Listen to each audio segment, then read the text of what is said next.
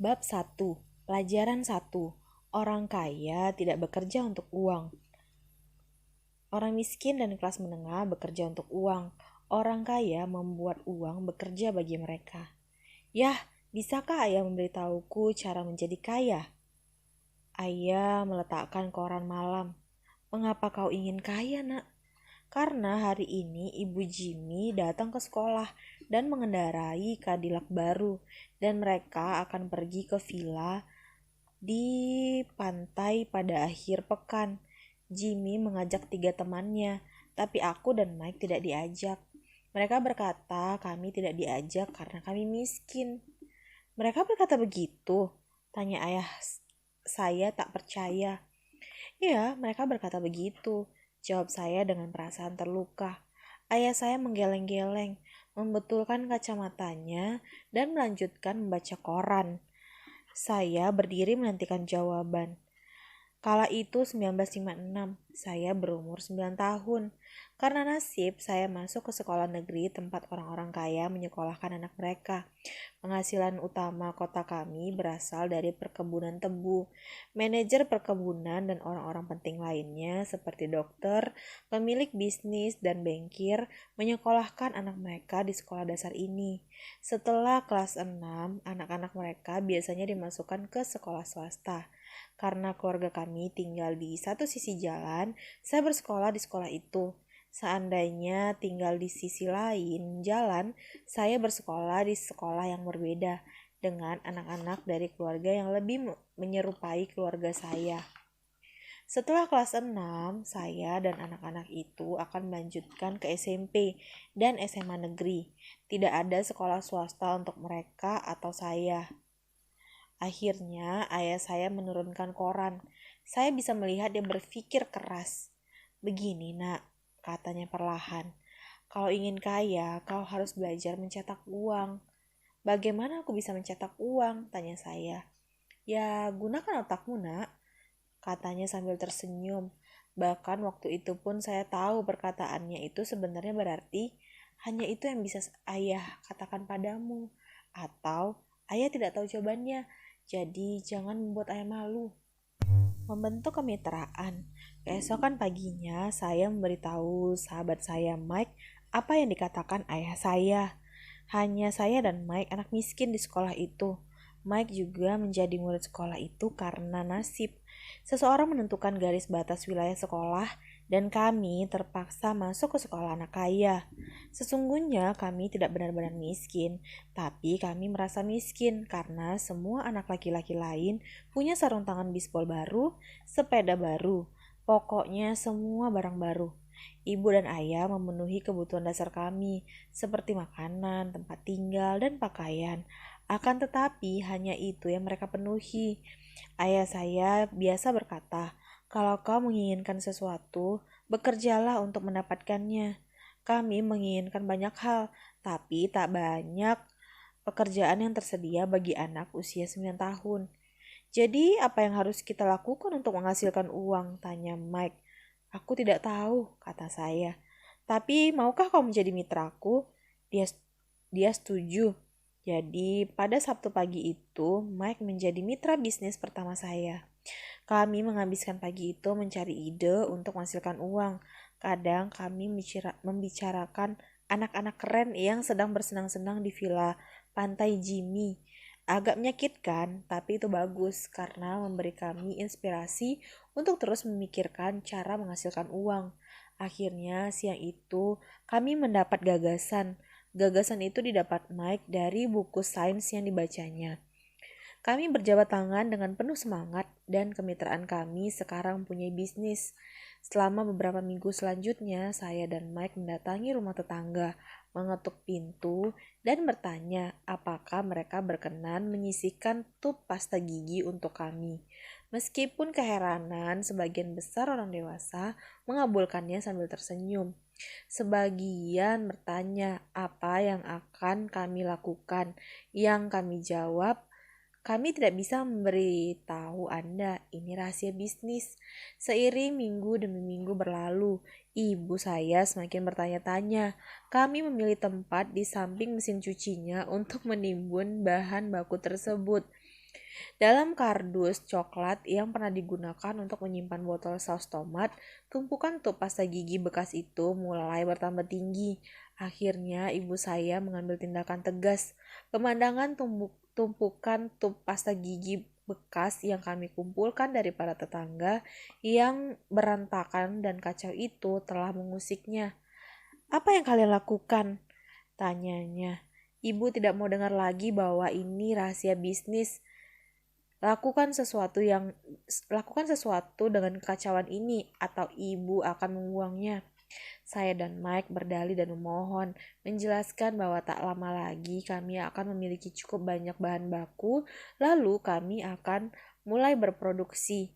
Kami memberitahu ibu bahwa kami sedang menunggu beberapa tetangga menghabiskan pasta gigi mereka agar tup yang kami miliki cukup.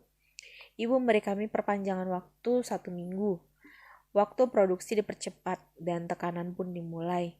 Kemitraan pertama saya sudah menerima ancaman pengusiran dari ibu saya sendiri.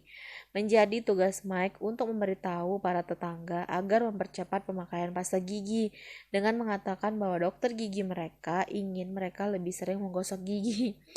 Saya mulai menyatukan lini produksi. Suatu hari ayah saya pulang bersama teman dan melihat dua bocah usia 9 tahun di jalur masuk mobil memproduksi sesuatu dengan kecepatan tinggi. Bubuk putih halus terlihat di mana-mana. Di sebuah meja panjang terdapat kotak susu kecil dari sekolah dan alat pemanggang keluarga kami penuh dengan batu bara yang panas membara. Ayah melangkah dengan hati-hati. Dia harus memarkir mobil di ujung jalur mobil karena area produksi kami menghalangi pintu garasi. Saat berjalan mendekat, ayah dan temannya melihat sebuah tungku baja berisi tup pasta gigi yang sedang dicairkan di atas tumpukan batu bara. Pada masa itu, pasta gigi tidak dikemas dalam tup plastik. Tup itu terbuat dari timah. Jadi ketika dibakar, tup itu meleleh di dalam panci baja kecil. Tup itu lumer sampai menjadi cairan. Dan dengan pencapit tungku milik ibu, kami menuangkan timah cair itu melalui sebuah lubang kecil di kotak susu. Kotak susu itu berisi gips kapur. Bubuk putih tercecer di mana-mana. Karena tergesa-gesa, saya menyenggol kantong gips dan sekitar garasi terlihat seperti baru saja dihantam badai salju. Kotak susu itu adalah wadah luar cetakan gips tersebut.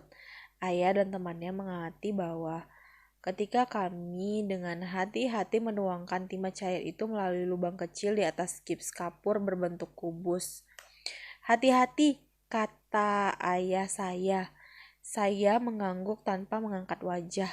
Akhirnya setelah semua sudah dituang, saya meletakkan panci baja itu dan tersenyum pada ayah.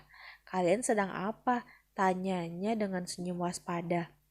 "Kami melakukan apa yang ayah katakan padaku. Kami akan kaya," kata saya.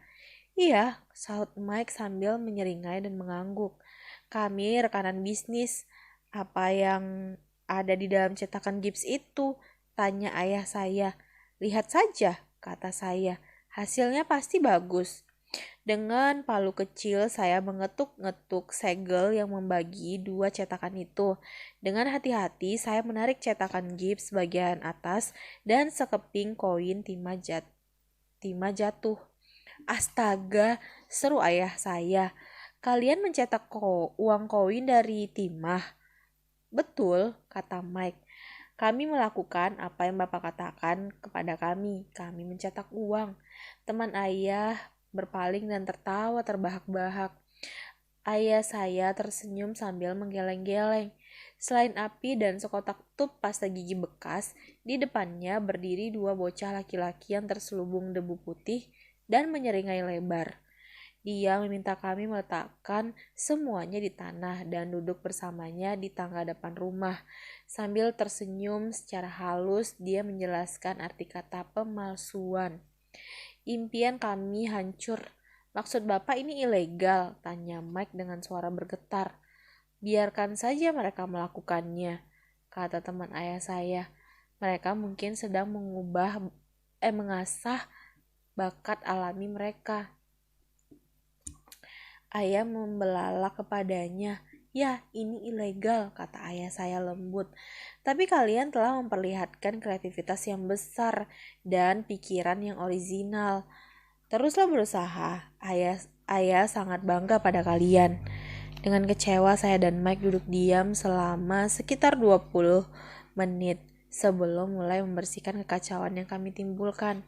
Bisnis ini berakhir pada hari pembukaan. Sambil menyapu bubuk gips, saya menatap Mike dan berkata, sepertinya Jimmy dan teman-temannya benar, kita orang miskin. Ayah saya sedang akan pergi ketika saya mengatakan hal itu. Nak, katanya, kalian miskin hanya kalau kalian menyerah. Yang paling penting adalah bahwa kalian melakukan sesuatu. Kebanyakan orang hanya berkata dan bermimpi ingin kaya. Kalian sudah melakukan sesuatu. Ayah sangat bangga pada kalian berdua. Ayah katakan sekali lagi, teruslah berusaha, jangan menyerah. Saya dan Mike berdiri membisu. Itu kata-kata yang menyenangkan, tapi kami masih tidak tahu harus berbuat apa. Jadi, mengapa ayah tidak kaya? Tanya saya. Karena ayah memilih menjadi guru sekolah. Guru sekolah sama sekali tidak berpikir untuk menjadi kaya. Kami hanya senang mengajar. Andai ayah bisa membantu kalian, tapi ayah benar-benar tidak tahu cara menghasilkan uang. Saya dan Mike berbalik, melanjutkan membersihkan tempat itu. Saya tahu, kata ayah, kalau kalian ingin belajar dan menjadi, jangan bertanya pada saya, bicaralah pada ayahmu, Mike. Ayah saya, tanya Mike dengan wajah ditekuk. Iya, ayahmu, ulang ayah sambil tersenyum. Saya dan ayahmu memiliki bengkel yang sama. Bengkel itu kagum dengan ayahmu. Beberapa kali dia berkata kepada saya bahwa ayahmu hebat menghasilkan uang. Ayah saya, Mike bertanya lagi dengan rasa tidak percaya. Lalu, kenapa kami tidak punya mobil dan rumah bagus seperti anak-anak kaya di sekolah? Mobil dan rumah bagus tak selalu berarti kau kaya atau tahu cara menghasilkan uang, sahut ayah saya. Ayah Jimmy bekerja di perkebunan gula. Dia tidak terlalu berbeda dengan saya. Dia bekerja untuk sebuah perusahaan dan saya bekerja untuk pemerintah. Perusahaan membelikan mobil itu untuknya. Perusahaan gula sedang mengalami masalah keuangan dan sebentar lagi ayah Jimmy mungkin tidak punya apa-apa lagi. Ayahmu berbeda, Mike. Dia sepertinya sedang membangun kerajaan bisnis dan saya menduga dalam beberapa tahun mendatang dia akan menjadi orang yang sangat kaya. Mendengar itu saya dan Mike merasa bersemangat lagi. Dengan semangat baru kami mulai membersihkan kekacauan yang ditimbulkan oleh bisnis pertama kami yang telah mati. Sambil bersih-bersih kami membuat rencana tentang bagaimana dan kapan kami akan bicara dengan ayah Mike. Masalahnya ayah Mike bekerja dalam jam yang panjang dan seringkali baru pulang larut malam. Ayah Mike memiliki beberapa gudang, sebuah perusahaan konstruksi, sebuah toko waralaba, dan 3 restoran. Restoran itulah yang membuatnya paling pulang larut malam. Mike pulang naik bus setelah kami membersihkan semuanya. Malam itu dia akan bicara dengan ayahnya, bertanya apakah ayahnya mau mengajari kami cara menjadi kaya. Mike berjanji akan menelpon begitu dia sudah bicara dengan ayahnya, sekalipun sudah larut malam. Telepon berdering pukul 20.30. Oh, kata saya, Sabtu depan. Saya menutup telepon. Ayah Mike setuju untuk bertemu dengan saya dan Mike. Pada Sabtu pagi, saya naik bus pukul 7.30 ke daerah pinggiran kota miskin. Pelajaran dimulai. Saya dan Mike bertemu dengan ayahnya pukul 8 pagi itu. Dia sudah sibuk dan sudah bekerja selama lebih dari 1 jam. Supervisor konstruksinya baru saja berangkat dengan truk pick-up ketika saya berjalan menuju rumahnya yang sederhana, kecil, dan kotor. Mike menemui saya depan pintu. Ayah sedang menelpon dan dia menyuruh kita menunggu di teras belakang, kata Mike ketika dia buka pintu. Lantai kayu tua itu berderit ketika saya melangkah memasuki rumah tua itu. Ada keset murah persis di balik pintu. Keset itu menyembunyikan tak terhitung banyaknya jejak kaki di atas lantai itu selama bertahun-tahun. Walaupun bersih, keset itu perlu diganti. Saya merasa takut ketika memasuki ruang keluarga sempit itu yang penuh dengan terlalu banyak furnitur berbau apek yang sekarang akan menjadi barang koleksi. Di sofa duduk 2 orang perempuan, keduanya sedikit lebih tua dari ibu saya. Di seberang perempuan itu duduk seorang pria dengan pakaian kerja. Dia mengenakan baju dan celana warna kaki yang disetrika dengan rapi, tapi tanpa menggunakan kanji, dan sepatu bot kerja yang tersemir. Dia sekitar 10 tahun lebih tua dari ayah saya. Mereka tersenyum ketika saya dan Mike berjalan melewati mereka menuju teras belakang. Saya balas tersenyum dengan malu-malu. "Siapa orang-orang itu?" tanya saya. "Oh, mereka bekerja untuk ayahku. Bapak yang lebih tua itu mengurusi pabrik ayah, dan ibu-ibu itu manajer restoran. Yang kau lihat saat baru tiba tadi adalah supervisor konstruksi yang sedang mengerjakan proyek jalan raya sekitar 50 mil dari sini.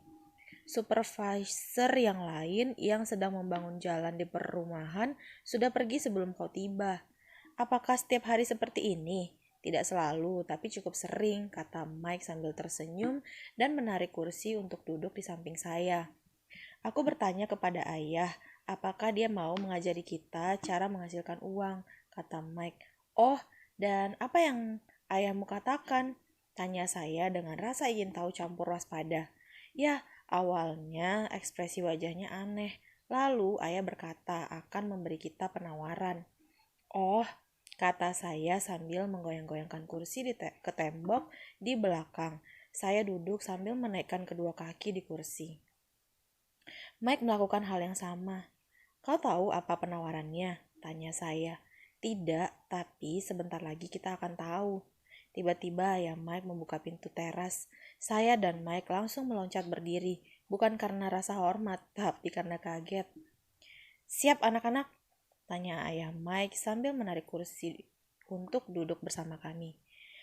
Kami mengangguk sambil menarik kursi menjauh dari tembok untuk duduk di depannya. Ayah Mike adalah seorang pria besar dengan tinggi sekitar 1,8 meter dan berat 90 kilogram. Ayah saya lebih tinggi dengan berat hampir sama dan usia 5 tahun lebih tua dari ayah Mike. Mereka terlihat mirip walaupun bukan dari etnis yang sama. Mungkin energi mereka serupa. Kata Mike, "Kau ingin belajar menghasilkan uang. Benar begitu, Robert?"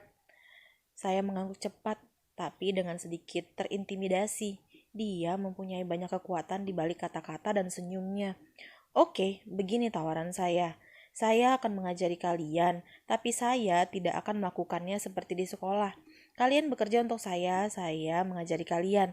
Kalian tidak bekerja untuk saya tidak akan mengajari kalian.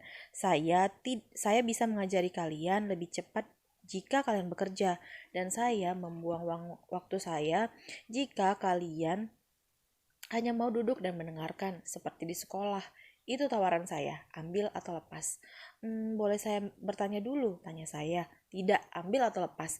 Saya punya terlalu banyak pekerjaan, jadi tidak bisa membuang-buang waktu. Kalau tidak bisa mengambil keputusan, kalian tidak akan pernah belajar menghasilkan uang. Peluang datang dan pergi. Mampu mengetahui kapan harus membuat keputusan cepat adalah keterampilan yang penting. Kalian mempunyai peluang yang kalian minta. Sekolah mulai atau selesai dalam 10 detik, kata ayah Mike dengan senyum mengejek. "Ambil," kata saya. "Ambil," kata Mike. "Baik," kata ayah Mike. "Bu Martin akan datang 10 menit lagi. Setelah saya menemuinya, kalian ikut dia ke toko swalayan saya. dan bisa mulai bekerja. Saya akan membayar 10 sen per jam dan kalian akan bekerja selama 3 jam setiap hari Sabtu. Tapi hari ini saya mau main bisbol, kata saya. Ayah Mike merendahkan suaranya dengan nada menggertak. Ambil atau lepas, katanya. Saya ambil, jawab saya, memilih bekerja dan belajar daripada bermain bisbol. 30 sen kemudian. Pukul 9 pagi itu saya dan Mike bekerja pada Bu Martin. Dia seorang perempuan yang baik dan sabar.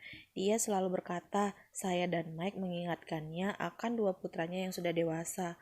Walaupun baik, dia meyakini pentingnya bekerja keras dan membuat kami terus sibuk. Kami menghabiskan 3 jam untuk mengambil produk kalengan dari rak, membersihkannya dari debu yang menempel, lalu menatanya kembali di rak dengan rapi. Itu pekerjaan yang luar biasa membosankan. Ayah Mike yang saya sebut ayah kaya memiliki 9 swalayan kecil dengan area parkir yang luas. Itu adalah versi awal minimarket 7-Eleven, toko barang kebutuhan kecil, tempat orang membeli susu, roti, mentega, dan rokok. Masalahnya ini adalah Hawaii sebelum AC banyak dipakai dan pintu toko tidak bisa ditutup karena panas. Di kedua sisi toko, pintu harus dibuka lebar-lebar ke arah jalan dan area parkir.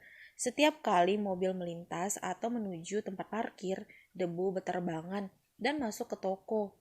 Kami tahu akan selalu ada pekerjaan bagi kami selama tidak ada AC. Selama 3 minggu, saya dan Mike bekerja pada Bu Martin selama 3 jam. Siang hari pekerjaan kami selesai, dan dia meletakkan 3 keping kecil uang logam di tangan kami. Bahkan untuk anak seumur 9 tahun, pada pertengahan tahun 1950-an, uang 30 sen tidaklah terlalu menggembirakan. Saat itu harga buku komik 10 sen, jadi saya biasanya membelanjakan uang itu untuk buku komik dan pulang. Pada Rabu minggu keempat, saya siap berhenti. Saya setuju bekerja hanya karena saya ingin belajar menghasilkan uang dari ayah Mike, dan sekarang saya menjadi budak demi 10 sen per jam. Di atas semua itu, saya belum pernah melihat ayah Mike sejak Sabtu pertama dulu. Aku berhenti, kata saya kepada Mike saat makan siang. Sekolah terasa membosankan dan sekarang saya bahkan tidak bisa menanti-nantikan hari Sabtu. Namun yang membuat saya benar-benar terpukul adalah jumlah 30 sen itu. Kali ini Mike tersenyum. Kau menertawakan apa? Tanya saya dengan marah dan frustasi. Ayah berkata ini akan terjadi. Dia minta kita menemuinya saat kau sudah siap berhenti. Apa? Kata saya marah. Dia sudah menunggu aku muak dengan pekerjaan ini. Semacam itu, sahut Mike. Ayah agak berbeda, cara mengajarnya berbeda dari ayahmu. Ibu dan ayahmu banyak menguliahi, ayah pendiam dan tidak banyak bicara. Tunggulah sampai Sabtu ini, aku akan memberitahu ayah bahwa kau sudah siap. Maksudmu aku dijebak? Tidak tepat begitu, tapi mungkin juga. Ayah akan menjelaskannya hari Sabtu. Mengantre pada hari Sabtu, saya siap menghadapi ayah Mike. Bahkan, ayah kandung saya marah padanya. Ayah kandung saya, yang saya sebut ayah miskin, menganggap ayah kaya melanggar undang-undang tenaga kerja tentang pekerjaan di bawah umur dan harus diselidiki. Ayah miskin yang terdidik menyuruh saya menuntut apa yang pantas saya terima setidaknya 25 sen per jam. Ayah miskin berkata, kalau tidak mendapat kenaikan upah, saya harus segera berhenti. Bagaimanapun, kau tidak butuh pekerjaan sialan itu, katanya marah. Pada pukul 8 pagi, hari Sabtu, saya melangkah menuju pintu rumah Mike dan ayah Mike membukanya. Duduklah dan tunggu giliran, katanya saat saya masuk. Dia berbalik dan menghilang ke dalam ruangan kerja kecilnya di samping kamar tidur.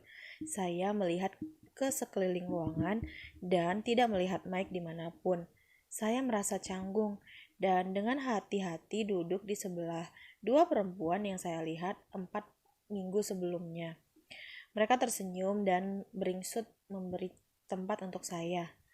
45 menit berlalu dan hati saya mulai panas. Kedua perempuan itu sudah menemui ayah Mike dan pergi 30 menit lalu. Pria tua itu sudah masuk selama 20 menit dan pergi juga. Rumah itu kosong dan saya duduk di ruang keluarganya yang gelap pengap pada hari yang indah dan cerah, menanti untuk berbicara dengan manusia kikir yang mengeksploitasi anak. Saya bisa mendengar aktivitasnya di ruangan itu dan suaranya di telepon. Dia mengabaikan saya. Saya sudah ingin pergi, tapi karena suatu alasan saya tetap tinggal. Akhirnya 15 menit kemudian, tepat pukul 9, ayah kaya berjalan keluar dari ruangannya tanpa mengatakan apa-apa dan memberi tanda dengan tangannya agar saya masuk. Saya dengar kau ingin kenaikan upah atau akan berhenti, kata ayah kaya sambil memutar-mutar kursi. Ya, Bapak tidak menepati bagian Bapak dalam kesepakatan itu, ujar saya nyaris menangis. Sungguh menakutkan bagi saya untuk menghadapi orang dewasa. Bapak berkata akan mengajari saya kalau saya bekerja untuk Bapak. Saya sudah bekerja untuk Bapak. Saya sudah bekerja keras. Saya rela tidak bermain bisbol agar bisa bekerja untuk Bapak. Tapi Bapak tidak menepati janji dan belum mengajari saya apapun. Bapak licik seperti anggapan semua orang di kota ini. Bapak tamak. Bapak ingin mengambil semua uang tanpa memedulikan karyawan Bapak. Bapak membuat saya menunggu dan tidak menunjukkan rasa hormat sedikit pun pada saya. Saya hanyalah anak kecil dan saya pantas diperlakukan dengan lebih baik. Ayah kaya menggoyang-goyang kursi, meletakkan tangan di pipi dan menatap saya. Tidak jelek, katanya. Dalam kurang dari sebulan kau sudah terdengar seperti kebanyakan karyawan saya. Apa? Tanya saya. Karena tidak mengerti maksud perkataannya, saya terus mengeluh. Saya pikir Bapak akan menepati perkataan Bapak dan mengajari saya, tapi ternyata Bapak mau menyiksa saya. Itu kejam, benar-benar kejam. Saya sedang mengajarimu, kata ayah kaya tenang. Apa yang sudah Bapak ajarkan pada saya? Tidak ada, kata saya marah. Bapak bahkan tidak bicara dengan saya sejak saya bekerja keras untuk Bapak. 10 sen per jam. Mestinya saya melapor Bapak ke pemerintahan. Bapak tahu, kita punya peraturan tentang tenaga kerja anak. Bapak tahu, ayah saya bekerja untuk pemerintah. Wow, kata ayah kaya. Sekarang kau terdengar seperti kebanyakan orang yang pernah bekerja untuk saya. Orang-orang yang saya pecat atau berhenti. Jadi, apa yang akan Bapak katakan? Tuntut saya merasa agak berani untuk ukuran anak kecil. Bapak bohong pada saya. Saya bekerja untuk Bapak dan Bapak tidak menepati janji. Bapak tidak mengajari saya apapun. Bagaimana kau tahu saya tidak mengajarkan apapun padamu? Tanya ayah kaya tenang. Iya, Bapak tidak pernah bicara dengan saya. Saya sudah bekerja selama 3 minggu dan Bapak belum mengajarkan apapun, kata saya setengah menangis. Apakah mengajar berarti berbicara atau menguliahi? Tanya ayah kaya. Iya, sahut saya. Begitulah mereka mengajarimu di sekolah, katanya sambil tersenyum. Tapi hidup tidak mengajarimu dengan cara itu. Dan saya akan mengatakan bahwa hidup adalah guru terbaik dari semuanya. Pada sebagian besar, kesempatan hidup tidak bicara padamu. Hidup semata mempermainkanmu. Setiap peristiwa itu memiliki arti. Bangun, ada sesuatu yang aku ingin kau pelajari. Apa yang dia maksud? Tanya saya dalam hati. Hidup yang mempermainkanku adalah hidup yang sedang bicara pada aku. Sekarang saya tahu saya harus berhenti bekerja. Saya sedang bicara dengan seseorang yang tidak bisa dipahami. Kalau kau menarik hikmah dari pelajaran hidup, kau akan baik-baik saja. Kalau tidak, hidup hanya akan terus mempermainkanmu. Orang melakukan dua hal itu. Sebagian orang membiarkan hidup mempermainkan mereka, dan yang lain marah dan membalas. Namun mereka membalasnya kepada atasan, pekerjaan, atau pasangan mereka. Mereka tidak tahu bahwa hiduplah yang mempermainkan mereka. Saya tidak mengerti apa yang dia maksudkan. Hidup mempermainkan kita semua. Beberapa menyerah, sedangkan yang lain melawan. Hanya sedikit yang menarik pelajaran dari hal itu dan melangkah terus. Mereka menyambut hidup yang mempermainkan mereka. Bagi segelintir orang, itu berarti mereka perlu dan mau belajar sesuatu. Mereka belajar dan melangkah terus. Sebagian besar orang berhenti, dan sejumlah kecil orang seperti kau berjuang. Ayah kaya berdiri dan menutup jendela kayu tua yang berderit seperti perlu diperbaiki. Kalau kau menarik hikmah dari pelajaran ini, kau akan tumbuh menjadi pemuda yang bijak, makmur, dan bahagia. Kalau tidak menarik hikmah, kau akan menghabiskan hidup dengan menyalahkan pekerjaan, upah yang rendah, atau atasan karena masalahmu sendiri. Kau akan menjalani hidup dengan terus berharap perubahan besar akan memecahkan semua masalah keuanganmu. Ayah kaya memandang saya untuk melihat apakah saya masih mendengarkan. Matanya bertemu dengan mata saya. Kami saling memandang, berkomunikasi lewat mata. Akhirnya saya mengalihkan pandangan setelah menyerap pesannya. Saya tahu dia benar, saya menyalahkan dia, dan saya memang minta belajar. Saya melawan. Ayah kaya melanjutkan, atau kalau kau tipe orang yang tidak punya keberanian, kau semata menyerah setiap kali hidup mempermainkanmu. Jika kau tipe seperti itu, seumur hidup kau hanya cari aman, melakukan hal-hal yang benar, menyelamatkan diri untuk peristiwa yang tidak akan pernah terjadi. Kau pun akan meninggal sebagai orang tua yang membosankan. Kau punya banyak teman yang benar-benar menyukaimu karena kau pekerja keras yang baik. Namun sebenarnya kau membiarkan hidup membuatmu menyerah. Di lubuk hati terdalam, kau takut mengambil resiko. Kau benar-benar ingin menang, tapi rasa takut akan kekalahan lebih besar daripada sukacita kemenangan. Jauh di dalam hati, kau dan hanya kau tahu bahwa kau tidak berusaha mencapai kemenangan. Kau memilih bermain aman. Mata kami saling bertemu kembali. Bapak mempermainkan saya, tanya saya. Beberapa orang mungkin berkata begitu, sahut ayah kaya sambil tersenyum. Saya akan mengatakan bahwa saya baru saja memberimu suatu cita rasa kehidupan. Cita rasa kehidupan apa? Tanya saya masih kesal, tapi sekarang penuh rasa ingin tahu dan siap untuk belajar. Kau dan Mike adalah orang pertama yang pernah meminta saya mengajarkan cara menghasilkan uang.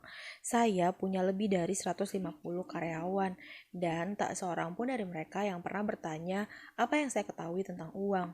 Mereka minta pekerjaan dan gaji, tapi tidak pernah minta saya mengajari mereka tentang uang. Jadi kebanyakan dari mereka menghabiskan tahun-tahun terbaik hidup mereka bekerja demi uang tanpa benar-benar mengerti untuk apa mereka bekerja. Saya duduk sambil mendengarkan dengan penuh perhatian. Jadi, ketika Mike berkata kau ingin belajar cara menghasilkan uang, saya memutuskan untuk merancang situasi yang mencerminkan kehidupan nyata. Saya bisa saja bicara sampai wajah saya biru, tapi kau tidak akan mendengarkan. Jadi, saya memutuskan membiarkan hidup sedikit mempermainkanmu agar kau bisa mendengarkan ke saya. Itu sebabnya saya hanya membayarmu 10 sen per jam. Jadi, pelajaran apa yang saya dapat dari bekerja hanya demi 10 sen per jam? Tanya saya. Bahwa Bapak pelit dan mengeksploitasi karyawan Bapak. Ayah kaya tertawa terbahak-bahak. Akhirnya dia berkata, sebaiknya kau mengubah sudut pandangmu. Berhenti menyalahkan saya dan menganggap sayalah masalahnya. Kalau kau berpikir sayalah masalahnya, kau harus mengubah saya. Kalau kau sadar bahwa kaulah masalahnya, kau bisa mengubah diri, belajar sesuatu, dan menjadi lebih bijak. Kebanyakan orang ingin orang lain di dunia berubah, tapi diri mereka tidak. Mari saya beritahu, lebih mudah mengubah dirimu sendiri daripada mengubah orang lain. Saya tidak mengerti, kata saya. Jangan menyalahkan saya karena masalahmu, kata ayah kaya mulai tak sabar. Tapi bapak hanya membayar saya 10 sen. Jadi, apa yang kau pelajari? Tanyanya sambil tersenyum. Bapak pelit, kata saya sambil menyeringai kecil. Nah, kau pikir sayalah masalahnya, kata ayah kaya. Tapi itu benar. Baiklah, pertahankan sikap itu dan kau tidak akan belajar apa-apa. Pertahankan sikap bahwa sayalah masalahnya. Lalu pilihan apa yang kau miliki? Ya, kalau Bapak tidak membayar saya lebih banyak atau memperlihatkan respek yang lebih besar dan mengajari saya berhenti. Kau menyampaikannya dengan bagus, kata ayah kaya. Dan persis itulah yang dilakukan oleh kebanyakan orang. Mereka berhenti dan mencari pekerjaan lain, peluang yang lebih bagus, dan upah yang lebih tinggi. karena berpikir hal itu akan menyelesaikan masalah mereka. Dalam banyak kasus tidak demikian. Jadi, apa yang harus saya lakukan? Tanya saya. Menerima begitu saja jumlah 10 sen yang amat kecil ini dan tersenyum. Ayah kaya tersenyum. Itulah yang dilakukan orang lainnya, tapi hanya itu yang mereka lakukan, menunggu kenaikan upah dan berpikir uang yang lebih banyak akan memecahkan masalah mereka. Kebanyakan hanya menerimanya, dan sebagian mencari pekerjaan sambilan, bekerja lebih keras, tapi lagi-lagi menerima upah yang kecil. Saya duduk memandangi lantai, mulai memahami pelajaran yang diberikan oleh ayah kaya. Saya bisa merasakan itulah cita rasa kehidupan. Akhirnya saya mendongak dan bertanya, jadi apa yang akan memecahkan masalah? Ini, katanya mencondongkan badan dan menepuk kepala saya pelan. Benda di antara kedua telingamu ini. Saat itulah ayah kaya menyampaikan sudut pandang yang sangat penting yang membedakannya dari para karyawannya dan ayah miskin, serta menuntunnya untuk pada akhirnya menjadi salah satu orang terkaya di Hawaii. Sedangkan ayah saya yang berpendidikan tinggi tapi miskin seumur hidup berkulat dengan masalah keuangan. Itu satu sudut pandang yang membuat semua perbedaan sepanjang hidup. Ayah kaya menjelaskan secara berulang-ulang sudut pandang ini yang saya sebut pelajaran nomor 1. Orang miskin dan kelas menengah bekerja untuk uang. Orang kaya membuat uang bekerja untuk mereka. Pada Sabtu pagi yang cerah itu, saya belajar sudut pandang yang sama sekali berbeda dari yang diajarkan oleh ayah miskin. Pada umur 9 tahun, saya paham bahwa kedua ayah saya itu menginginkan saya belajar. Keduanya mendorong saya untuk belajar, tapi bukan mempelajari hal yang sama. Ayah saya yang berpendidikan tinggi merekomendasikan saya melakukan apa yang dia lakukan. Nah, ayah ingin kau belajar keras, memperoleh nilai bagus, agar kau bisa mendapat pekerjaan yang aman dan terjamin di perusahaan besar, dan pastikan pekerjaan itu memberi tunjangan yang bagus. Ayah kaya ingin saya mempelajari cara kerja uang agar saya bisa membuat uang bekerja untuk saya. Pelajaran-pelajaran itu akan saya pelajari dalam hidup dengan bimbingannya, bukan karena ruang kelas. Ayah kaya melanjutkan pelajaran pertama saya. Saya senang kau marah tentang bekerja demi 10 sen per jam. Kalau kau tidak marah dan semata menerimanya, saya pasti akan berkata saya tidak bisa mengajarimu. Kau tahu, belajar yang sejati membutuhkan energi, gairah, dan hasrat yang membara. Amarah adalah bagian besar dari rumusan itu, karena gairah adalah kombinasi cinta dan amarah. Bila menyangkut uang, kebanyakan orang ingin main aman dan merasa terjamin. Jadi gairah tidak mengarahkan mereka, rasa takut yang mengarahkan mereka. Jadi itukah sebabnya mereka menerima pekerjaan dengan upah rendah? Tanya saya. Iya, kata ayah kaya. Sejumlah orang berkata saya mengeksploitasi orang karena tidak memberi upah sebesar perkebunan gula atau pemerintah. Saya berkata mereka mengeksploitasi diri mereka sendiri. Itu ketakutan mereka, bukan ketakutan saya. Tapi tidakkah Bapak merasa seharusnya membayar mereka lebih banyak? Tanya saya. Tidak harus, lagi pula uang dalam jumlah besar tidak akan memecahkan masalah mereka. Lihat saja ayahmu, dia menghasilkan banyak uang, tapi tetap tidak bisa membayar tagihan. Kebanyakan orang bila diberi lebih banyak uang, hanya akan berhutang lebih besar. Jadi, itu sebabnya 10 sen per jam, ujar saya sambil tersenyum. Itu bagian dari pelajaran. Benar, ayah kaya tersenyum. Kau lihat, ayahmu bersekolah dan mendapat pendidikan yang hebat, sehingga dia bisa memperoleh pekerjaan yang bergaji tinggi. Tapi dia masih mengalami masalah keuangan, karena dia tidak pernah belajar apapun tentang uang di sekolah. Di atas segalanya, dia percaya pada bekerja untuk uang. Bapak tidak begitu? Tanya saya. Tidak sepenuhnya, kata ayah kaya.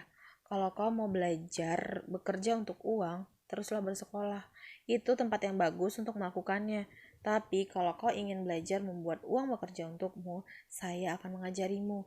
Tapi hanya kalau kau mau belajar. Tidakkah setiap orang ingin belajar itu? Tanya saya.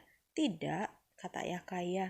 Semata karena jauh lebih mudah bekerja untuk uang, terutama kalau rasa takut adalah emosi utamamu saat membahas masalah uang. Saya tidak mengerti, kata saya dengan dahi berkerut. Tak perlu mengkhawatirkannya sekarang. Cukup ketahui bahwa rasa takutlah yang membuat kebanyakan orang terus bekerja.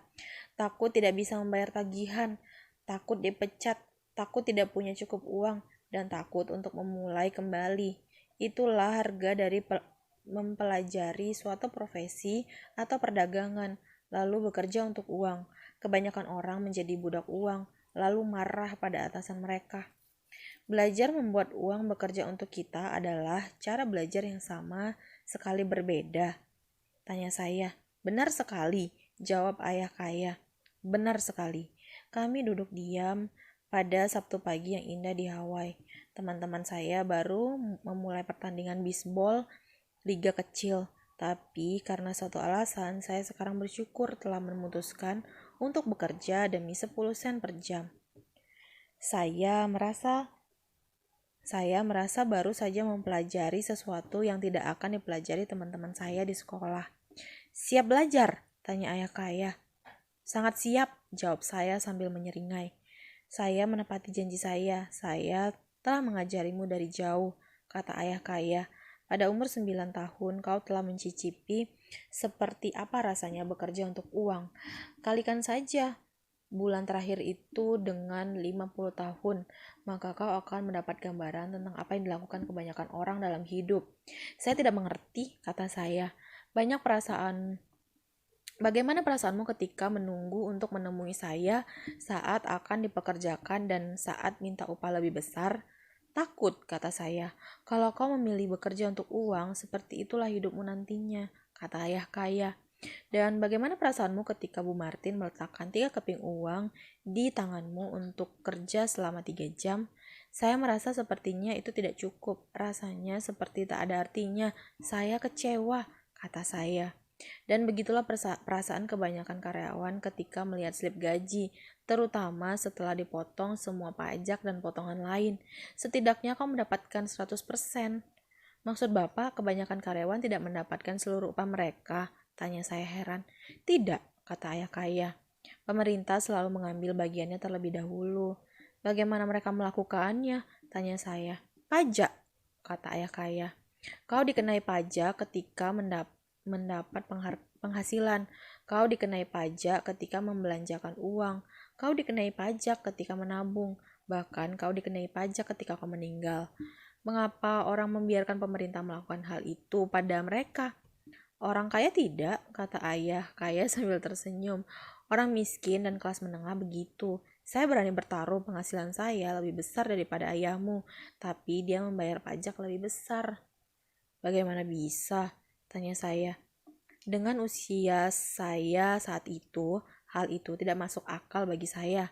Mengapa orang membiarkan pemerintah melakukan itu pada mereka? Ayah kaya menggoyang pelan dengan diam. Dia semata memandangi saya. Siap belajar? Tanyanya. Saya mengangguk pelan. Seperti saya katakan, ada banyak hal yang perlu dipelajari. Belajar membuat uang bekerja untukmu adalah pelajaran sumber hidup. Kebanyakan orang berkuliah selama 4 tahun dan pendidikan mereka berakhir. Saya tahu, studi saya tentang uang akan terus berlanjut sepanjang hidup saya. Semata karena semakin banyak yang saya ketahui, semakin banyak juga yang perlu saya ketahui. Kebanyakan orang tidak pernah mempelajari hal ini. Mereka bekerja, menerima gaji, membayar pengeluaran, itu saja. Lalu mereka bertanya-tanya, kenapa mereka punya masalah keuangan? Mereka mengira uang yang lebih banyak akan memecahkan masalah dan tidak menyadari bahwa kurangnya pendidikan keuangan merekalah yang jadi masalah. Jadi ayah saya punya masalah pajak karena dia tidak paham tentang uang. Tanya saya bingung. Begini, katanya, pajak hanyalah satu bagian kecil dari belajar membuat uang bekerja untukmu. Sekarang saya hanya ingin tahu apakah kau masih bergairah untuk belajar tentang uang. Kebanyakan orang tidak. Mereka ingin pergi ke sekolah, mempelajari suatu profesi, bersenang-senang di tempat kerja, dan menghasilkan banyak uang. Suatu hari mereka terbangun dengan masalah keuangan yang besar dan tidak bisa berhenti bekerja. Itulah harga dari hanya tahu cara bekerja untuk uang, bukannya belajar membuat uang bekerja untukmu. Jadi, apakah kau masih punya gairah untuk belajar? Tanya ayah kaya. Saya mengangguk. Bagus, kata ayah kaya. Sekarang kembalilah bekerja. Kali ini saya tidak akan membayarmu sama sekali. Apa? Saya terperanjat. Kau tidak salah dengar. Tidak ada bayaran. Kau akan bekerja selama 3 jam setiap hari Sabtu seperti biasa, tapi kali ini tidak akan dibayar 10 sen per jam. Kau bilang ingin belajar tidak bekerja untuk uang, jadi saya tidak akan membayarmu sama sekali. Saya tidak percaya apa yang saya dengar. Saya sudah membicarakannya dengan Mike, dan dia sudah mulai bekerja, membersihkan debu serta mengembalikan kaleng-kaleng kerak tanpa upah. Lebih baik kau segera ke sana. Itu tidak adil, teriak saya. Bapak harus membayar sesuatu. Kau bilang kau mau belajar. Kalau tidak mempelajari hal ini sekarang, kau akan tumbuh menjadi seperti kedua ibu dan bapak tua yang duduk di ruang tamu saya itu, bekerja untuk uang dan berharap saya tidak memecat mereka, atau seperti ayahmu, menghasilkan banyak uang tapi dengan setumpuk utang, berharap uang yang lebih banyak akan memecahkan masalah. Kalau itu yang kau inginkan, saya akan kembali ke kesepakatan awal kita, 10 sen per jam. Atau kau bisa melakukan apa yang dilakukan oleh kebanyakan orang dewasa, mengeluh karena tidak mendapat upah yang cukup, berhenti dan mencari pekerjaan lain. Tapi apa yang harus saya lakukan? Tanya saya. Ayah kaya menepuk kepala saya. Gunakan ini, katanya. Kalau kau menggunakannya dengan baik, kau akan segera berterima kasih pada saya karena memberimu peluang, dan kau akan tumbuh menjadi orang kaya. Saya berdiri terpaku, masih tak percaya bahwa saya telah diperlakukan dengan curang. Saya datang untuk minta kenaikan upah dan entah bagaimana saya malah bekerja tanpa upah. Ayah kaya menepuk kepala saya lagi dan berkata, gunakan ini. Sekarang keluar dari sini dan kembalilah bekerja. Pelajaran ke-1, orang kaya tidak bekerja untuk uang. Saya tidak memberitahu ayah miskin bahwa saya tidak dibayar. Dia tidak akan mengerti, dan saya tidak mau berusaha menjelaskan sesuatu yang saya sendiri tidak pahami.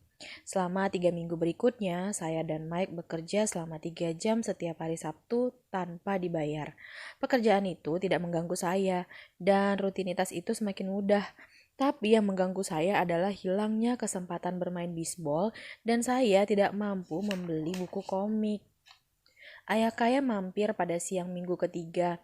Kami mendengar truknya berhenti di tempat parkir dan suara mesin dimatikan. Dia masuk ke toko dan menyalami Bu Martin sambil memeluknya. Setelah mengecek keadaan toko, dia mendekati freezer es krim, mengambil 2 batang, membayarnya, dan memberi tanda kepada saya dan Mike. Ayo jalan-jalan anak-anak. Kami menyeberang, menghindari beberapa mobil yang lalu lalang, dan berjalan melintasi lapangan rumput yang sangat luas, tempat sejumlah orang dewasa sedang bermain bisbol. Setelah duduk di sebuah meja piknik, dia menyodorkan es krim itu kepada saya dan Mike. Bagaimana kabar kalian? Baik, kata Mike. Saya mengangguk setuju. Sudah belajar sesuatu? Tanya ayah kaya. Saya dan Mike berpandang-pandangan, serentak mengangkat bahu dan menggeleng, menghindari salah satu perangkap terbesar dalam hidup. Kalian sebaiknya mulai berpikir, kalian sedang menatap salah satu pelajaran terbesar dalam hidup. Kalau bisa menarik hikmah dari pelajaran ini, kalian akan menikmati hidup yang dipenuhi rasa aman dan kebebasan yang luar biasa. Kalau tidak, kalian akan menjadi sama seperti Bu Martin dan sebagian besar orang yang sedang bermain bisbol di lapangan ini. Mereka bekerja sangat keras untuk uang yang sedikit, bergantung pada ilusi jaminan kerja, menanti-nantikan liburan selama 3 minggu setiap tahun, dan mungkin uang pensiun yang amat kecil setelah 45 tahun bekerja. Kalau itu membuat kalian senang, saya akan memberi kalian kenaikan upah menjadi 25 sen per jam. Tapi mereka pekerja keras yang baik. Apakah Bapak sedang menertawakan mereka? Saya menuntut. Senyum tersungging di wajah ayah kaya. Bu Martin sudah saya anggap ibu sendiri. Saya tidak akan sekejam itu. Saya mungkin terdengar kejam karena saya melakukan yang terbaik untuk menunjukkan sesuatu pada kalian berdua. Saya ingin memperluas pandangan supaya kalian bisa melihat sesuatu yang kebanyakan orang tidak pernah beruntung bisa melihatnya karena pandangan mereka terlalu sempit. Kebanyakan orang tidak pernah melihat perangkap yang mengurung mereka. Saya dan Mike duduk di situ, merasa tidak yakin dengan apa yang ingin disampaikannya. Dia terdengar kejam, tapi kami bisa merasa bahwa dia sedang berusaha membuat kami memahami sesuatu. Sambil tersenyum, ayah kaya berkata, "Tidakkah 25 sen per jam terdengar bagus? Tidakkah itu membuat jantung kalian berdetak sedikit lebih cepat?" Saya menggeleng, tapi sebenarnya itu benar. 25 sen per jam adalah jumlah yang besar bagi saya. "Baiklah, saya akan membayar kalian $1 per jam," kata ayah kaya sambil menyeringai. Sekarang jantung saya mulai terpacu, otak saya menjerit. "Ambil, ambil!" Saya tak pernah percaya apa yang saya dengar. Tetap saja, saya tidak berkata apa-apa. "Oke, $2 per jam." Otak dan jantung saya hampir meledak. Bagaimanapun saat itu tahun 1956 dan diberi upah $2 per jam akan menjadikan saya anak terkaya di dunia. Saya tidak bisa membayangkan memperoleh uang sebanyak itu. Saya ingin berkata ya. Saya menginginkan kesepakatan itu. Saya bisa membayangkan sepeda baru, sarung tangan bisbol baru, dan pujian teman-teman ketika saya memperlihatkan sejumlah uang. Di atas semua itu, Jimmy dan teman-temannya yang kaya tidak akan pernah bisa menyebut saya miskin lagi. Namun, entah kenapa mulut saya tetap terkunci. Es krim sudah mencair dan mengalir di tangan saya. Ayah kaya menatap dua bocah yang balas menatapnya dengan mata membelalak dan otak kosong. Dia sedang menguji kami, dan dia tahu ada sebagian dari emosi kami yang ingin menerima kesepakatan itu. Dia paham bahwa setiap manusia mempunyai bagian jiwa yang lemah dan miskin yang bisa dibeli. Dan dia tahu setiap manusia juga mempunyai bagian jiwa yang kuat serta penuh ketetapan hati yang tak pernah bisa dibeli. Itu hanya masalah mana yang lebih kuat. "Oke, $5 per jam." Tiba-tiba suara di dalam diri saya hilang. Sesuatu berubah. Tawaran itu terlalu besar dan konyol. Tidak banyak orang dewasa pada 1956 yang bisa menghasilkan lebih dari itu, tapi godaan yang saya rasakan dengan cepat hilang, digantikan ketenangan. Perlahan-lahan saya menengok ke kiri untuk menatap Mike. Dia menatap balik. Bagian jiwa saya yang lemah dan miskin terdiam. Bagian diri saya yang tidak punya harga mengambil alih. Saya tahu Mike juga sampai ke tahap itu. "Bagus," kata ayah kaya lembut. "Sebagian besar orang mempunyai harga, dan mereka mempunyai harga karena emosi manusia yang disebut ketakutan dan ketamakan. Pertama, rasa takut akan hidup tanpa uang memotivasi kita untuk bekerja keras. Lalu setelah mendapat slip gaji, ketamakan dan hawa nafsu membuat kita mulai berpikir tentang semua hal indah yang bisa dibeli dengan uang. Pola pun kemudian terbentuk. Pola apa? Tanya saya. Pola bangun, bekerja, membayar tagihan. Bangun, bekerja, membayar tagihan. Hidup manusia selamanya dikendalikan oleh dua emosi, ketakutan dan ketamakan. Tawari mereka uang lebih banyak, maka mereka akan meneruskan siklus itu dengan meningkatkan pengeluaran mereka. Itulah yang saya sebut balap tikus. "Apakah ada jalan lain?" tanya Mike. "Iya," kata ayah kaya pelan, "tapi hanya sedikit orang yang menemukannya." "Apa itu?" tanya Mike.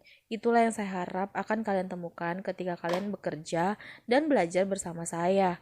Itu sebabnya saya menyingkirkan semua bentuk upah." "Ada petunjuk?" tanya Mike. "Kami agak capek bekerja keras, apalagi tanpa imbalan." "Ya, langkah pertama adalah mengatakan kebenaran," kata ayah kaya. "Kami tidak berbohong," kata saya. "Saya tidak mengatakan kalian berbohong. Saya minta kalian mengatakan kebenaran," kata ayah kaya tajam. "Kebenaran tentang apa?" tanya saya. "Tentang bagaimana perasaan kalian," kata ayah kaya. "Kalian tidak harus mengatakannya pada orang lain, hanya pada diri kalian sendiri." "Maksud Bapak orang-orang di lapangan ini, orang yang bekerja pada pada Bapak, Bu Martin, mereka tidak melakukan hal itu?" tanya saya. "Saya meragukannya," katanya. Sebaliknya, mereka merasa takut bila tidak mempunyai uang. Mereka tidak menghadapinya dengan menggunakan pikiran. Mereka bertindak secara emosional, bukannya menggunakan kepala mereka, kata ayah kaya. Lalu mereka menerima sejumlah kecil uang dan sekali lagi emosi kegembiraan, hasrat dan ketamakan mengambil alih. Sekali lagi mereka bereaksi, bukannya berpikir. Jadi emosi mereka mengendalikan pikiran mereka, kata Mike. Tepat, kata ayah kaya. Bukannya mengakui kebenaran tentang apa yang mereka rasakan, mereka malah bereaksi menurut perasaan mereka, bukannya berpikir. Mereka merasa takut, jadi mereka bekerja dengan harapan uang akan meredakan ketakutan itu. Tapi itu tidak terjadi. Ketakutan itu terus menghantui mereka, dan mereka kembali bekerja, lagi-lagi berharap uang akan menenangkan ketakutan mereka. Dan sekali lagi itu tidak terjadi. Ketakutan membuat mereka terjebak untuk bekerja, menghasilkan uang, bekerja, menghasilkan uang, berharap ketakutan itu pergi. Namun, setiap hari mereka terjaga, dan ketakutan itu ikut terjaga bersama mereka. Bagi jutaan orang, ketakutan itu membuat mereka terjaga sepanjang malam, mengakibatkan malam yang penuh kegalauan dan kecemasan. Karena itu mereka bangun dan pergi bekerja, berharap gaji mereka akan membunuh ketakutan yang menggerogoti jiwa mereka itu. Uang mengendalikan hidup mereka, dan mereka menolak mengatakan kebenaran ini. Uang mengendalikan emosi dan jiwa mereka. Ayah kaya duduk diam, membiarkan kata-katanya mengendap. Saya dan Mike mendengar apa yang dia katakan, tapi tidak benar-benar memahami apa yang dia sampaikan. Saya hanya tahu bahwa saya seringkali bertanya-tanya mengapa orang dewasa bergegas-gegas pergi bekerja. Kelihatannya tidak terlalu menyenangkan, dan mereka tidak pernah terlihat bahagia, tapi sesuatu memaksa mereka terus melakukannya. Sadar bahwa kami sudah menyerap apa yang dia sampaikan, ayah kaya berkata, saya ingin kalian menghindari perangkap itu. Itulah yang benar-benar ingin saya ajarkan pada kalian. Tidak hanya menjadi kaya, karena menjadi kaya tidak memecahkan masalah. Benarkah? Tanya saya kaget. Iya, kekayaan tidak memecahkan masalah. Mari kita jelaskan emosi yang satunya lagi, hasrat. Sejumlah orang menyebutnya ketamakan, tapi saya lebih senang menyebutnya hasrat. Sangatlah wajar bila orang menginginkan sesuatu yang lebih baik, lebih indah, lebih menyenangkan, atau menarik. Jadi, orang bekerja untuk uang juga karena hasrat. Mereka menginginkan uang untuk kesenangan yang mereka pikir bisa mereka beli. Tapi kesenangan yang dibawa oleh uang seringkali tidak lama, dan mereka pun segera menginginkan uang lebih banyak untuk mendapatkan kesenangan lebih banyak, kenikmatan lebih banyak, kenyamanan lebih banyak, dan rasa terjamin lebih banyak. Jadi mereka terus bekerja, mengira bahwa uang akan menenangkan jiwa mereka yang gundah akibat ketakutan dan hasrat. Tapi uang tidak bisa melakukannya. Apa orang kaya apa orang kaya juga begitu? Termasuk orang kaya. Kenyataannya, alasan banyak orang kaya itu kaya bukanlah hasrat, tapi rasa takut. Mereka meyakini bahwa uang bisa menyingkirkan rasa takut miskin, jadi mereka menimbun bertonton uang hanya untuk mendapati bahwa ketakutan itu semakin parah. Mereka sekarang takut kehilangan uang. Ada beberapa teman saya yang tetap bekerja sekalipun mereka mempunyai uang berlimpah. Saya kenal orang yang mempunyai uang jutaan dolar menjadi lebih takut daripada ketika mereka miskin. Mereka takut kehilangan semua itu. Ketakutan yang mendorong mereka untuk menjadi kaya semakin memburuk. Bagian jiwa mereka yang lemah dan miskin benar-benar menjerit lebih keras. Mereka tidak ingin kehilangan rumah besar, mobil, dan kehidupan kelas atas yang mereka dapatkan dari uang. Mereka mengkhawatirkan apa yang dikatakan oleh teman-teman mereka jika mereka kehilangan semua uang mereka. Banyak yang merasa putus asa dan merana secara emosi, meskipun mereka terlihat kaya serta punya lebih banyak uang. Kalau begitu, orang miskin lebih bahagia? Tanya saya. Tidak, saya kira tidak, kata ayah kaya. Menghindari uang itu sama gilanya seperti terikat pada uang. Seakan sudah direncanakan, seorang gelandangan berjalan melewati meja kami, berhenti di depan tong sampah besar dan mengaduk-aduknya. Kami bertiga mengamatinya dengan ketertarikan besar. Padahal sebelumnya kami mungkin akan mengabaikannya begitu saja. Ayah kaya mengeluarkan $1 dari dompet dan memberi isyarat pada pria tua itu. Melihat uang itu, sang gelandangan segera mendekat, mengambilnya, berterima kasih sebesar-besarnya kepada ayah kaya, dan bergegas pergi. Mereka merasa sangat senang atas nasib baiknya. Dia tidak jauh berbeda dengan kebanyakan karyawan saya, kata ayah kaya. Saya telah bertemu dengan begitu banyak orang yang berkata, "Oh, saya tidak tertarik dengan uang," tapi mereka bekerja di suatu tempat selama 8 jam setiap hari. Itu menyangkal kebenaran. Kalau mereka tidak tertarik dengan uang, mengapa mereka bekerja? Pemikiran semacam itu mungkin lebih gila ketimbang seseorang yang menimbun uang. Sambil duduk mendengarkan ayah kaya, pikiran saya melayang ke perkataan ayah saya sendiri yang sudah disampaikannya secara tak terhitung kali. Saya tidak tertarik dengan uang. Dia sering mengatakannya. Dia juga membohongi dirinya dengan selalu berkata, "Saya bekerja karena saya mencintai pekerjaan saya." Jadi, apa yang mesti kami lakukan? Tanya saya. Tidak bekerja untuk uang sampai semua jejak ketakutan dan ketamakan menyingkir.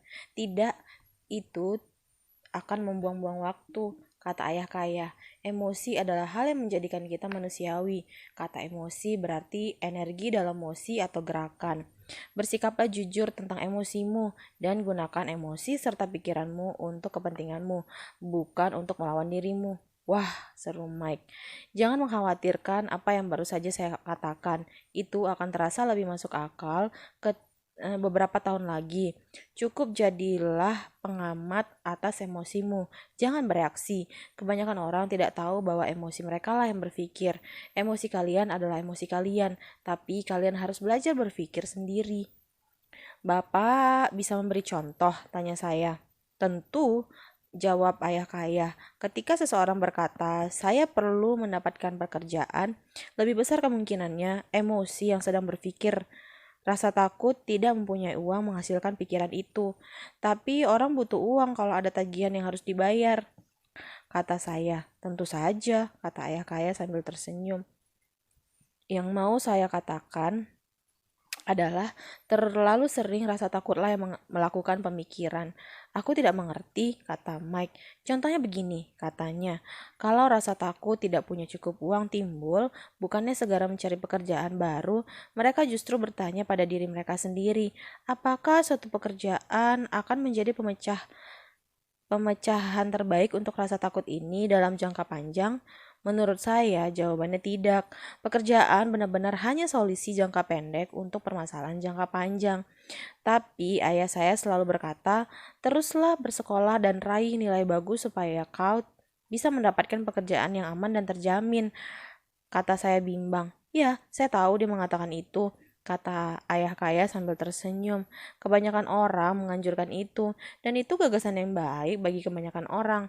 Tapi, orang membuat anjuran itu terutama karena rasa takut. Maksud Bapak, ayah saya mengatakan itu karena takut. Iya, kata ayah kaya. Dia takut kau tidak menghasilkan cukup uang dan tidak bisa masuk ke tatanan masyarakat. Jangan salah paham, dia mencintaimu dan menginginkan yang terbaik untukmu. Saya juga meyakini bahwa pendidikan dan pekerjaan itu penting, tapi tidak akan mengatasi rasa takut. Kau tahu, rasa takut yang membuatnya terjaga di pagi hari untuk mendapatkan sejumlah uang adalah rasa takut yang membuatnya begitu fanatik menyuruhmu bersekolah. Jadi, apa saran Bapak? Tanya saya. Saya ingin mengajari kalian untuk memahami kekuatan uang, bukannya merasa takut pada uang. Itu tidak diajarkan di sekolah, dan kalau tidak mempelajarinya, kalian akan menjadi budak uang. Akhirnya hal itu masuk akal. Dia ingin kami memperluas pandangan kami dan melihat apa yang tidak bisa dilihat oleh Bu Martin. Dia menggunakan contoh yang terdengar kejam saat itu, tapi saya tidak pernah melupakannya. Hari itu visi saya diperluas, dan saya mulai melihat perangkap yang terbentang di depan sebagian besar orang. Kalian lihat, pada dasarnya kita semua adalah karyawan. Hanya saja kita bekerja pada tingkatan berbeda, kata ayah kaya. Saya hanya ingin kalian mempunyai kesempatan untuk menghindari perangkap yang disebabkan oleh kedua emosi itu, ketakutan dan keinginan. Gunakan keduanya untuk kepentingan kalian, bukan untuk melawan kalian. Itu yang ingin saya ajarkan pada kalian. Saya tidak tertarik sekadar mengajari kalian menghasilkan setumpuk uang. Itu tidak akan mengatasi ketakutan atau keinginan kalian. Jika kalian tidak terlebih dahulu menyelesaikan masalah ketakutan dan keinginan ini, dan kalian menjadi kaya, kalian hanya akan menjadi budak uang dengan upah yang tinggi. Jadi, bagaimana cara menghindari perangkap itu? Tanya saya. Penyebab utama kemiskinan atau masalah keuangan adalah ketakutan dan ketidaktahuan, bukan perekonomian, pemerintah, atau orang kaya. Ketakutan dan ketidaktahuan yang melekat pada diri itulah yang membuat orang terjebak. Jadi, kalian tetaplah bersekolah atau meraih gelar sarjana, dan saya akan mengajari kalian cara menjauhi perangkap itu. Sebagian teka-teki itu mulai terjawab. Ayah saya yang berpendidikan tinggi mempunyai pendidikan dan karir yang bagus, namun sekolah tidak pernah memberitahukannya cara mengatasi uang atau ketakutannya. Menjadi jelas bahwa saya bisa mempelajari hal-hal yang berbeda dan penting dari kedua ayah. Ayah sudah bicara tentang rasa takut tidak punya uang. Bagaimana hasrat akan uang memengaruhi pikiran kita? Tanya Mike. Bagaimana perasaan kalian ketika saya menguji kalian dengan kenaikan upah? Apakah kalian menyadari bahwa hasrat kalian meningkat? Kami mengangguk. Dengan tidak menyerah pada emosi, kalian mampu menunda reaksi dan berpikir. Itu penting. Kita akan selalu memiliki emosi, ketakutan, dan ketamakan. Mulai saat ini, sangatlah penting bagi kalian untuk menggunakan emosi itu untuk keuntungan kalian. Dan secara jangka panjang, tidak membiarkan emosi kalian mengendalikan pikiran kalian. Kebanyakan orang menggunakan ketakutan dan ketamakan untuk melawan diri mereka sendiri. Itulah awal kebodohan. Kebanyakan orang menjalani hidup dengan mengejar upah, memilih kenaikan gaji dan jaminan kerja karena emosi hasrat dan ketakutan. Tidak sungguh-sungguh mempertanyakan kemana pikiran yang digerakkan emosi itu menuntun mereka. Itu mirip seperti seekor keledai yang menarik gerobak dengan si pemilik yang menggantungkan wortel persis di depan hidungnya. Si pemilik keledai mungkin pergi kemana dia suka, tapi keledai itu hanya mengejar sebuah ilusi. Besok hanya akan ada wortel lain untuk si keledai. Menurut ayah, saat saya mulai membayangkan sarung tangan bisbol, permen, dan mainan, itu seperti wortel bagi seekor keledai, tanya Mike. Iya, benar. Dan saat kalian makin besar, mainan kalian makin mahal, mobil baru, kapal, dan rumah besar untuk membuat teman-teman kalian terkesan, kata ayah kaya sambil tersenyum. Ketakutan mendorong kalian keluar pintu, dan hasrat memanggil kalian. Itulah perangkapnya. Jadi apa jawabannya? Tanya Mike. Hal yang memperkuat ketakutan dan hasrat adalah kebodohan. Itulah sebabnya orang kaya yang punya banyak uang seringkali memiliki ketakutan yang makin besar saat mereka makin kaya. Uang adalah wortel, ilusi. Kalau keledai bisa melihat seluruh gambaran itu, dia mungkin memikirkan kembali pilihannya untuk mengejar wortel. Ayah kaya terus menjelaskan bahwa hidup manusia adalah pergumulan antara kebodohan dan ilusi. Dia menjelaskan bahwa begitu seseorang berhenti mencari informasi dan pengetahuan tentang dirinya, kebodohan mulai masuk. Pergumulan itu adalah keputusan dari waktu ke waktu untuk belajar membuka atau menutup pikiran. Sekolah itu sangat penting. Kalian bersekolah untuk mempelajari suatu keahlian atau profesi agar menjadi anggota masyarakat yang bisa menyumbangkan sesuatu. Setiap kebudayaan membutuhkan guru, dokter, perawat, montir, seniman, juru masak, pelaku bisnis, polisi, petugas pemadam kebakaran, dan tentara. Sekolah melatih mereka sehingga kebudayaan bisa maju dan berkembang, kata ayah kaya. Sayangnya bagi banyak orang sekolah adalah akhir, bukan awal. Kami merasakan kesunyian yang panjang. Ayah kaya tersenyum. Saya tidak mengerti semua yang dikatakannya hari itu, namun seperti halnya kebanyakan guru besar, kata-katanya terus menyampaikan pengajaran selama bertahun-tahun. Saya bersikap sedikit kejam hari ini, kata ayah kaya. Tapi saya ingin kalian selalu mengingat percakapan ini. Saya ingin kalian selalu memikirkan Bu Martin. Saya ingin kalian selalu memikirkan keledai itu. Jangan pernah lupa bahwa ketakutan dan hasrat bisa menuntun kalian ke perangkap hidup terbesar jika kalian tidak sadar bahwa hal itu mengendalikan pikiran kalian. Menghabiskan hidup dalam ketakutan dan tidak pernah menggali mimpi kalian itu kejam. Bekerja keras demi uang, berpikir bahwa uang akan memberikan hal-hal yang membuat kalian bahagia, juga kejam. Terjaga tengah malam karena ngeri membayangkan bagaimana akan membayar tagihan adalah cara yang mengerikan untuk hidup. Menjalani hidup yang diatur oleh besarnya upah yang diterima bukanlah hidup yang sesungguhnya. Berpikir bahwa semua pekerjaan akan membuat kalian merasa terjamin itu berbohong pada diri sendiri. Itu kejam dan itu perangkap yang saya ingin kalian hindari. Saya sudah melihat bagaimana uang mengendalikan hidup orang. Jangan biarkan hal itu terjadi pada kalian. Tolong jangan biarkan uang mengendalikan hidup kalian. Sebuah bola menggelinding di bawah meja kami. Ayah kaya mengambilnya dan melemparkannya kembali. Jadi, apa hubungannya ketidaktahuan dengan ketamakan dan ketakutan? Tanya saya. Ketidaktahuan akan uanglah yang menyebabkan begitu banyak ketamakan dan ketakutan, kata ayah kaya. Saya beri beberapa contoh. Seorang dokter karena ingin lebih banyak uang untuk memenuhi kebutuhan keluarganya dengan lebih baik menaikkan tarif. Dengan menaikkan tarif, biaya perawatan kesehatan menjadi makin mahal bagi siapapun. Hal itu paling menyakiti orang miskin, jadi kesehatan mereka lebih buruk daripada mereka yang punya uang. Karena dokter menaikkan tarif, pengacara menaikkan tarif. Karena tarif pengacara naik, guru sekolah menginginkan kenaikan yang akhirnya menaikkan pajak kita, dan seterusnya dan seterusnya. Segera setelah itu akan ada jurang yang mengerikan antara yang kaya dan yang miskin, sehingga kekacauan pecah serta suatu peradaban makin runtuh. Sejarah mencatat peradaban besar runtuh ketika jurang antara yang berpunya dan yang tidak berpunya terlalu besar. Sayangnya Amerika berada di jalur itu karena kita belum mendapat pelajaran dari sekolah. Kita hanya mengingat tanggal dan nama dalam sejarah, bukan pelajarannya. Bukankah harga-harga memang seharusnya naik? Tanya saya. Dalam masyarakat yang terdidik dengan pemerintah yang berjalan dengan baik, harga seharusnya turun. Tentu saja, itu seringkali hanya benar dalam teori. Harga-harga naik karena ketamakan dan ketakutan yang disebabkan oleh ketidaktahuan. Jika sekolah mengajari orang tentang uang, akan ada lebih banyak uang dan harga yang lebih rendah. Namun, sekolah hanya berfokus mengajari orang bekerja untuk uang, bukannya cara memanfaatkan kekuatan uang. Tapi bukankah ada sekolah bisnis? Tanya Mike. Dan bukankah ayah mendorongku masuk sekolah bisnis untuk meraih gelar MBA? Iya, kata ayah kaya. Tapi terlalu sering sekolah bisnis melatih karyawan-karyawan yang merupakan juru hitung berotak udang yang canggih. Surga melarang juru hitung berotak udang mengambil alih bisnis. Yang mereka lakukan adalah melihat angka, memecat orang, dan mematikan bisnis.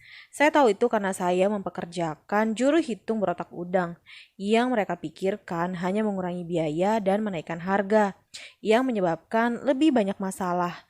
Hitung-hitungan itu penting, andai ada lebih banyak orang yang mengetahuinya. Tapi itu juga bukan segalanya yang dibutuhkan. Tambah ayah kaya dengan marah. Jadi, adakah jawabannya? Tanya Mike. Iya, kata ayah kaya. Belajarlah menggunakan emosi kalian untuk berpikir, bukan berpikir dengan emosi kalian. Ketika kalian menguasai emosi dengan menyetujui bekerja tanpa upah, saya tahu ada harapan. Ketika kalian sekali lagi menahan emosi saat saya menguji kalian dengan lebih banyak uang, kalian sekali lagi belajar berpikir, bukannya dikuasai emosi. Itu langkah pertama. Mengapa langkah itu begitu penting? Tanya saya. Iya, terserah kalian untuk mengetahui jawabannya. Kalau kalian mau belajar, saya akan membawa kalian memasuki ladang yang penuh onak dan duri, tempat yang dihindari oleh hampir semua orang. Kalau pergi Bersama saya, kalian akan melepaskan gagasan bekerja untuk uang dan malah belajar membuat uang bekerja untuk kalian. Apa yang akan kami peroleh bila pergi bersama Bapak? Bagaimana kalau kami setuju belajar dari Bapak? Apa yang akan kami peroleh? Tanya saya. Sama seperti yang diperoleh si kancil, kata ayah kaya, mengacu pada dongeng klasik anak-anak. Apakah ladang yang penuh onak duri itu ada? Tanya saya. Iya, kata ayah kaya. Ladang berduri itu adalah ketakutan dan ketamakan kita. Menghadapi ketakutan, kelemahan, dan kemiskinan dengan memilih pikiran kita sendiri adalah jalan keluar. Memilih pikiran kita. Tanya Mike bingung.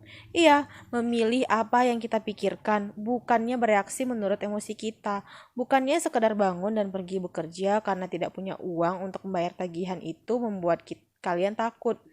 Bertanyalah pada diri kalian, apakah bekerja lebih keras merupakan solusi terbaik untuk masalah ini? Kebanyakan orang terlalu takut untuk berpikir secara rasional dan malah berlari menuju pekerjaan yang mereka benci. Orang-orangan sawah memegang kendali. Itu yang saya maksud dengan memilih pikiran kita. Bagaimana kami melakukannya? Tanya Mike. Itulah yang akan saya ajarkan pada kalian. Saya akan mengajari kalian untuk mempunyai alternatif pemikiran yang bisa dipertimbangkan, bukannya bereaksi secara tolol, seperti menenggak kopi dan lari keluar rumah. Ingat apa yang baru saya katakan. Pekerjaan hanyalah solusi jangka pendek untuk masalah jangka panjang. Kebanyakan orang hanya bisa memikirkan satu masalah, dan itu bersifat jangka pendek. Masalah itu adalah tagihan di penghujung bulan. Orang-orangan sawah, uang mengendalikan hidup mereka, atau harus saya katakan, rasa takut dan ketidaktahuan akan uang mengendalikannya. Jadi mereka melakukan apa yang dilakukan oleh orang tua mereka. Mereka bangun tiap pagi dan bekerja untuk memperoleh uang, tidak meluangkan waktu untuk mengajukan pertanyaan, apakah ada cara lain? Emosi mereka menguasai pikiran mereka, bukan kepala mereka. Bisakah ayah memberitahu perbedaan antara emosi yang berpikir dan logika yang berpikir? Tanya Mike. Oh iya, saya mendengarnya sepanjang waktu, kata ayah kaya. Saya mendengar hal-hal seperti, ya, setiap orang harus bekerja, atau orang kaya itu bajingan, atau aku akan mencari pekerjaan lain, aku pantas mendapat kenaikan gaji, kau tidak bisa mempermainkanku, atau aku suka pekerjaan ini karena terjamin. Tidak ada yang bertanya, apakah ada yang aku lewatkan? Yang akan mendobrak pikiran emosional itu serta memberi kalian waktu untuk berpikir secara jernih. Ketika kami kembali ke toko, ayah kaya menjelaskan bahwa orang kaya benar-benar menghasilkan uang. Mereka tidak bekerja untuk uang. Dia terus menjelaskan bahwa ketika saya dan Mike mencetak kepingan 5 sen dari timah, mengira kami sedang menghasilkan uang, kami sudah sangat dekat dengan cara pikir orang kaya. Masalahnya, bagi pemerintah dan bank mencetak uang itu legal, sedangkan bagi kami ilegal. Dia memberitahu kami bahwa ada cara-cara yang legal untuk mencetak uang. Ayah kaya terus menjelaskan bahwa orang kaya tahu uang adalah ilusi. Tidak ada bedanya dengan wortel bagi seekor keledai. Hanya karena ketakutan dan ketamakanlah ilusi tentang uang digenggam oleh miliaran orang yang meyakini bahwa uang itu real. Padahal tidak. Uang benar-benar adalah hasil ciptaan. Hanya karena ilusi keyakinan dan kebodohan, masa hal itu tetap dipegang. Dia bicara tentang standar emas yang diberlakukan di Amerika dan bahwa setiap dolar sebenarnya sertifikat perak. Yang membuatnya prihatin adalah rumor bahwa suatu hari Amerika akan keluar dari standar emas dan uang dolar tak lagi ditopang oleh sesuatu yang kasat mata. Bila itu terjadi, anak-anak, kepanikan besar akan terjadi. Hidup orang miskin, kelas menengah, dan orang bodoh akan hancur semata karena mereka terus meyakini bahwa uang itu real dan bahwa perusahaan tempat mereka bekerja atau pemerintah akan mengurus mereka. Kami sama sekali tidak mengerti apa yang dia bicarakan hari itu, tapi seiring tahun berganti, hal itu semakin masuk akal. Melihat apa yang dilewatkan oleh orang lain. Waktu naik ke truk pick up di luar toko swalayannya, ayah kaya berkata, teruslah bekerja anak-anak, tapi semakin cepat kalian lupa bahwa kalian perlu upah, semakin mudahlah kehidupan kalian nantinya. Teruslah pakai otak kalian, bekerjalah secara cuma-cuma, maka pikiran kalian akan segera menunjukkan cara-cara menghasilkan uang yang jauh melampaui apa yang bisa saya bayarkan pada kalian. Kalian akan melihat hal-hal yang tidak pernah dilihat oleh orang lain. Kebanyakan orang tidak pernah melihat peluang itu karena mereka mencari uang dan jaminan. Jadi hanya itu yang mereka dapatkan. Begitu kalian melihat satu peluang, kalian akan melihatnya seumur hidup. Saat kalian melakukan hal itu, saya akan mengajari kalian hal lain. Pelajarilah ini, maka kalian akan terhindar dari salah satu perangkap hidup terbesar. Saya dan Mike mengemasi barang kami dari toko serta berpamitan pada Bu Martin. Kami kembali ke taman, duduk di bangku kayu yang sama, dan menghabiskan beberapa jam untuk berpikir serta bertukar pikiran. Kami juga menghabiskan minggu berikutnya di sekolah, berpikir dan bertukar pikiran. Selama 2 minggu lebih kami terus berpikir, bertukar pikiran, dan bekerja tanpa upah. Pada akhir Sabtu kedua, saya sekali lagi berpamitan pada Bu Martin dan memandangi rak buku komik dengan tatapan penuh kerinduan. Hal paling sulit dari tidak mendapatkan 30 sen setiap Sabtu adalah saya tidak punya uang sepeser pun untuk membeli buku komik. Tiba-tiba ketika Bu Martin mengucapkan salam perpisahan pada saya dan Mike, saya melihat dia melakukan sesuatu yang tak pernah saya lihat sebelumnya. Bu Martin sedang menggunting separuh halaman depan buku komik. Dia menyimpan bagian atas sampul dan membuang sisanya ke kotak besar warna coklat. Ketika saya bertanya apa yang sedang dia lakukan dengan buku-buku komik itu, dia menjawab, "Saya membuangnya. Saya mengembalikan sampul dan belakang buku komik itu kepada distributor untuk mendapat kredit. Ketika dia datang membawa komik-komik baru, dia akan datang 1 jam lagi." Saya dan Mike menunggu selama 1 jam. Sang distributor pun tiba, dan saya bertanya apakah kami boleh memiliki buku-buku komik itu yang membuat saya senang. Dia menjawab, "Kalian bisa memilikinya kalau kalian bekerja di toko ini dan tidak menjualnya kembali." Ingat kemitraan bisnis kami? Saya dan Mike memulihkannya. Kami memanfaatkan ruang bawah tanah rumah Mike dengan mulai menata ratusan komik di situ. Tak lama perpustakaan buku komik kami dibuka untuk umum. Kami mempekerjakan adik perempuan Mike yang senang belajar sebagai kepala perpustakaan. Dia menarik 10 sen dari tiap anak sebagai biaya masuk perpustakaan yang buka dari 2.30 sampai 4.30 sore setiap hari setelah sekolah. Para pelanggan, anak-anak tetangga, bisa membaca buku komik sebanyak mereka bisa dalam 2 jam itu. Itu penawaran yang bagus bagi mereka karena harga buku komik 10 sen per eksemplar dan mereka bisa membaca 5 atau 6 buku dalam 2 jam. Adik Mike memeriksa setiap anak yang akan meninggalkan perpustakaan untuk memastikan mereka tidak membawa pulang buku komik. Dia juga merawat buku-buku itu, mencatat berapa anak yang datang setiap hari, siapa saja mereka, dan komentar yang mungkin mereka sampaikan. Saya dan Mike rata-rata mendapat $9,5 per minggu selama 3 bulan. Kami membayar adik Mike $1 seminggu dan mengizinkan dia membaca semua komik itu secara cuma-cuma yang jarang dilakukannya karena dia selalu belajar. Saya dan Mike menjaga kesepakatan kami dengan bekerja di toko setiap Sabtu dan mengumpulkan komik dari toko lain. Kami memegang kesepakatan kami dengan sang distributor dengan tidak menjual satu komik pun. Kami membakarnya bila komik itu sudah terlalu kumal dan rusak. Kami berusaha membuka cabang, tapi tidak pernah bisa menemukan orang yang bisa kami andalkan dan percayai seperti adik Mike. Pada usia belia, kami sudah mengetahui betapa sulitnya mendapatkan staf yang baik. 3 bulan setelah perpustakaan dibuka, terjadi perkelahian di ruangan itu. Beberapa pengacau dari wilayah lain memaksa masuk.